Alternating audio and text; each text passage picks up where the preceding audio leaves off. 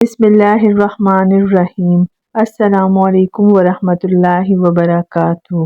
جسے تقدیر پر یقین ہوتا ہے وہ اپنے اوپر نازل ہونے والی مصیبتوں سے نہیں گھبراتا۔ تنگ دستی میں سخاوت کرنا، غصے میں سچ بولنا اور طاقت ہوتے ہوئے معاف کرنا بہترین نیکی ہے۔ حضرت علی رضی اللہ تعالیٰ عنہ نے فرمایا، زندگی میں کوئی بھی ملاقات فضول نہیں ہوتی۔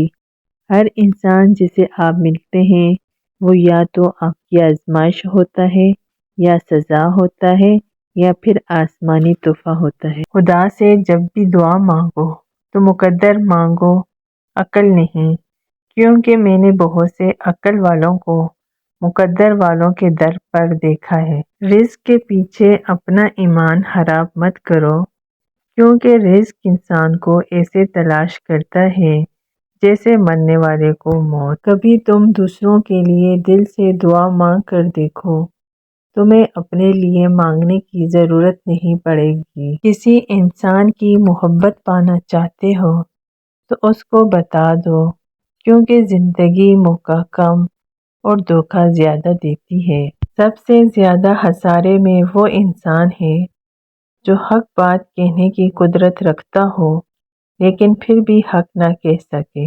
کچھ باتیں ایسی بھی ہوتی ہیں جن کا جواب خاموشی ہوتا ہے۔ دو اعمال ایسے ہیں جن کا ثواب کبھی تولا نہیں جا سکتا، معاف کرنا اور انصاف کرنا۔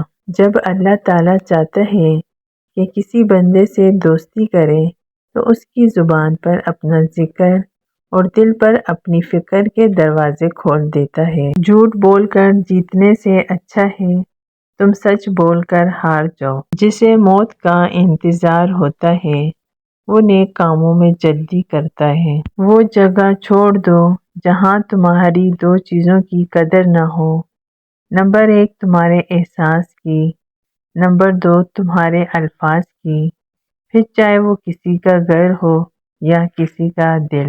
لوگوں کے عیبوں سے اس طرح غافل ہو جاؤ جیسے سوتے وقت تم دنیا سے غافل ہو جاتے ہو۔